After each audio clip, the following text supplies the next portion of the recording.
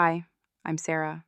Well, I used to be called Sarai, and for most of my life, I carried a burden so heavy, it nearly broke me. I had almost everything a woman could hope for: wealth, a faithful husband, beauty, even kings noticed me. But there was one thing I didn't have: a child. And in my world, that wasn't just painful, it was humiliating. I was born in Ur of the Chaldeans. My husband, Abram, was also my half-brother. We were close, married young.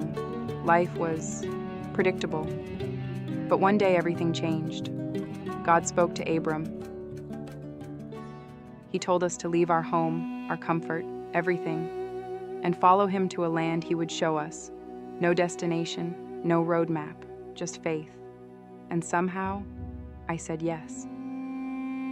We packed up our tents, said goodbye to everything familiar, and followed a God we couldn't see, but chose to trust. We traveled through Canaan, setting up camp wherever the land allowed. But when a famine struck, we had no choice but to go down to Egypt. I was scared. Foreign land, foreign gods, foreign customs. And then Abram turned to me and said, I know you're beautiful, and if they find out you're my wife, they'll kill me to take you. It wasn't paranoia. That was how kings gained women in ancient times. Kill the husband, take the wife. So as we approached the city gate, where men announced their arrival and identity, Abram told them I was his sister, just like he feared. Pharaoh's officials noticed me. They took me into the palace. I was terrified, alone in a royal place I didn't belong.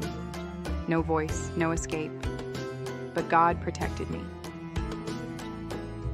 He struck Pharaoh's household with plagues, and when the truth came out, Pharaoh released us, unharmed but deeply shaken. We returned to Canaan. Years passed. Tents were pitched, altars were built, and then God made a promise. He told Abram, "Look at the stars, so shall your descendants be." Descendants? I had none. I was aging. Every month without a child felt like another crack in my heart. But Abram believed, and I tried. But waiting, it's the hardest thing you'll ever do. Eventually, I broke. I was tired of hoping, tired of aching. So I did something desperate. I gave my servant Hagar to Abram, hoping she could bear the child I couldn't. And she did. She got pregnant. But instead of peace, I felt bitterness. She looked at me with contempt, and I couldn't take it. I treated her harshly until she ran away into the wilderness. But God saw her too. He told her to return. And she gave birth to Ishmael. He was Abraham's son, but I knew in my soul he wasn't the child God had promised. Years passed. And then something extraordinary happened. One day, 3 mysterious men arrived at our tent. They weren't just travelers, they were messengers from God. They sat, ate, then asked, "Where is your wife, Sarah?" And just like that, my name was no longer Sarai. Abram became Abraham, father of many nations, and I became Sarah, princess. The name change wasn't just symbolic, it marked a covenant. New names, new purpose, a divine promise.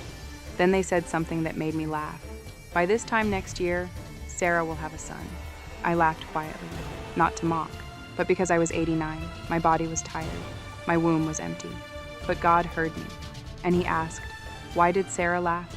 Is anything too hard for the Lord?" But I denied it, saying, "I did not laugh."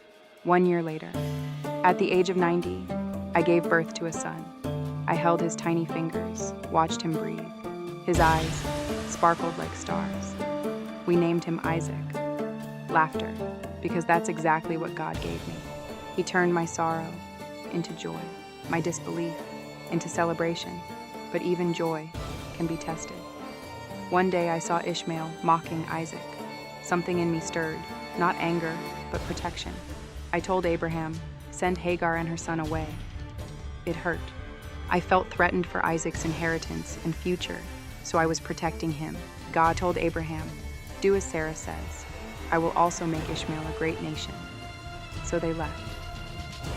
And then, there was the day Abraham took Isaac up a mountain.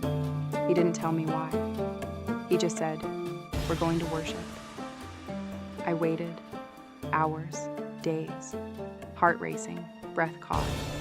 When they returned, I could feel something had changed. Isaac was quiet. Abraham was solemn. Years later, I would die. Still unsure of what exactly happened on that mountain, but I trusted the God who had never failed me. I died at 127 years old. Abraham buried me in the cave of Machpelah, the first piece of the promised land we ever owned. I never saw the countless stars God promised, but I saw one, and that was enough. Through Isaac came nations, kings, prophets, a savior. I waited in pain. I laughed in disbelief. I gave birth in wonder. I am Sarah. And my story proves, even in the longest delays, through the deepest heartbreaks, and in moments that seem impossible, God never forgets his promises. If you're still waiting, still hoping, still holding on, don't let go. Sometimes, the breakthrough is just one step of faith away, one surrender, one moment of courage. Your story isn't over, it's still unfolding. And when the weight feels unbearable, remember me. I waited decades with empty arms, but in the end, I held a promise in my hands. Because nothing is too hard for the God who sees, remembers, and fulfills. Share your story in the comments. Someone might find strength in your journey. For more stories of faith and unshakable hope, hit subscribe. Because belief is born from stories like these. And courage begins when we dare to trust.